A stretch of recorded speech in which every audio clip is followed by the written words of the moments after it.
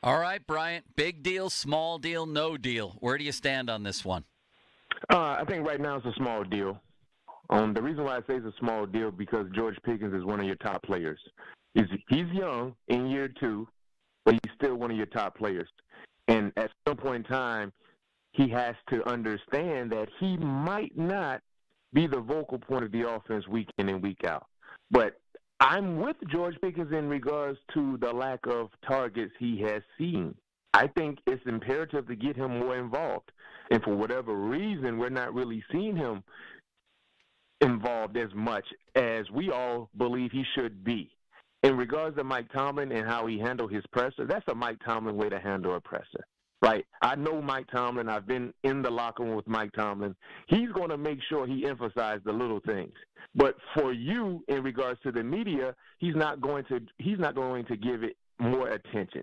And that's his way of keeping distractions to a minimum. And Gerald is right. We kind of saw something similar to with Antonio Brown, and it became a bigger issue.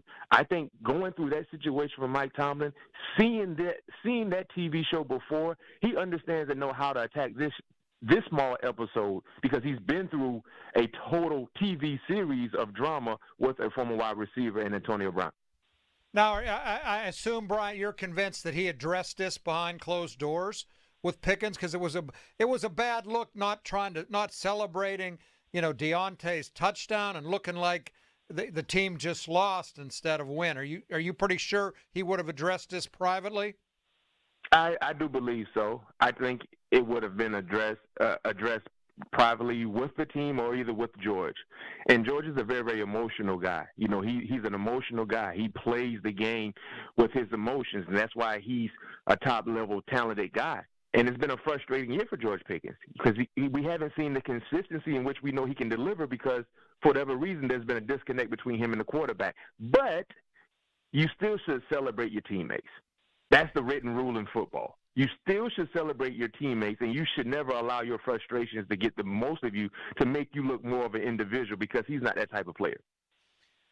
Was there a situation in your time? I don't remember if you were around when it just came to mind again is Willie Parker mentioned something about we got to run more if I'm going to win a rushing title. And Tomlin came in the next day and said, when I pass by that window on my way to work, it has 5 Lombardis in it, not 5 rushing titles. So do you remember that? Were you there for that, or was there ever a time? Yeah. I remember that. And that wasn't a big story for us. As Mike Tomlin stated, it's about winning, doing whatever it takes for the team to win, not the individual to win.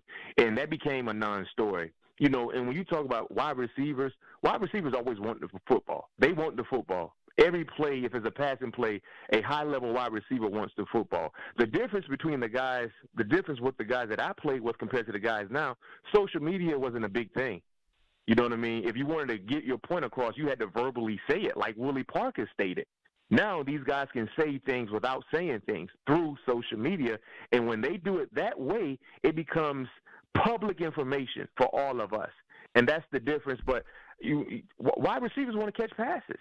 It's always been that way. Wide receivers wants to catch passes, especially when they know they can be a big contributor to the success of the entire offense.